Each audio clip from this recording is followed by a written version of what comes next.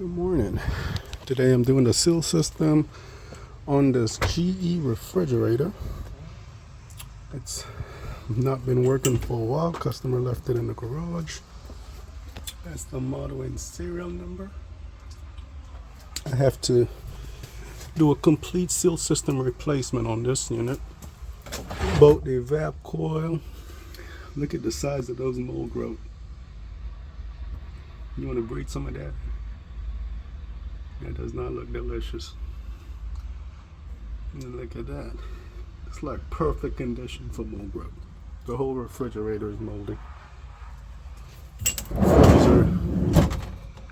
Freezer is moldy. I do not know what that is, nor do I want to know. That look like a mold just grow like crazy right now.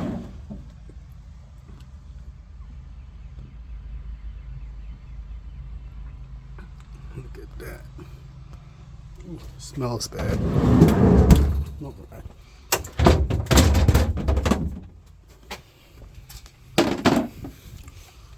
Gotta get the whole thing done. All right, so I'm gonna take it all apart and then show you what it looks like.